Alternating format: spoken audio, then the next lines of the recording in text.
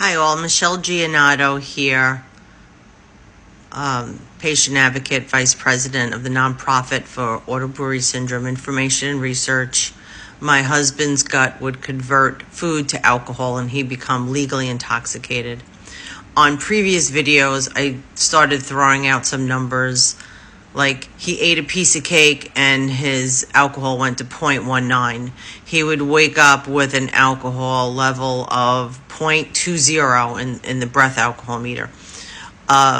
His blood draws exceeded numbers like 0.30. I want to give you an idea of what these numbers actually mean. So here is a chart that I pulled up. It's blood alcohol content table for men, okay? And on the left side, it shows you how many drinks, and then on top, what the body weight is. And then the condition. You can, only safe driving limit, impairment begins, driving skills may be affected, possible criminal penalties, legally intoxicated, criminal penalties, and death possible. So my husband would wake up at 0.20. So what does that mean? That means for him, he was about 180 pounds. And he was here, 0.21. Actually, he was probably higher. And that's the equivalent of him waking up with 10 drinks in his body. Now, if he had a peach, let's say, or a piece of bread, okay, he would go right up to here, 0.38. But this is for a 100-pound man, so you have to double that. So that means that he would have had to have 20 drinks to get close to this number.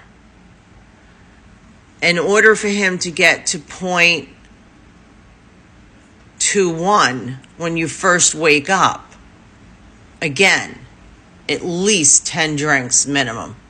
Now we're talking, when he got the blood draw, it was an hour after he ate carbs. So the numbers that he reached were in this category: criminal penalties and death possible. Now, most people who have ABS are upwards in this area right here. And they get there in a very short period of time. And this is the reason why I believe hospitals, doctors, medical professionals that never heard of this disease think that a person who comes into the hospital with these high levels of alcohol, there's no possible reason for that alcohol to be there unless they were drinking. The reality is, even if they did have one drink, that's considered sugar. And that will take a fire that's already burning in their body and convert that to alcohol and make the numbers even higher. And that's why I believe the numbers are ridiculously high in some cases. In other cases, a person did not drink alcohol at all. And like my husband, he had a peach, and within 30 minutes, he reached 0.26. And another time he had the piece of cake in the hospital.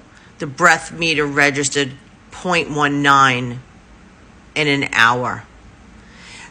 I've heard reports from patients in our support group that said, my doctor doesn't believe that this condition exists. It's too rare.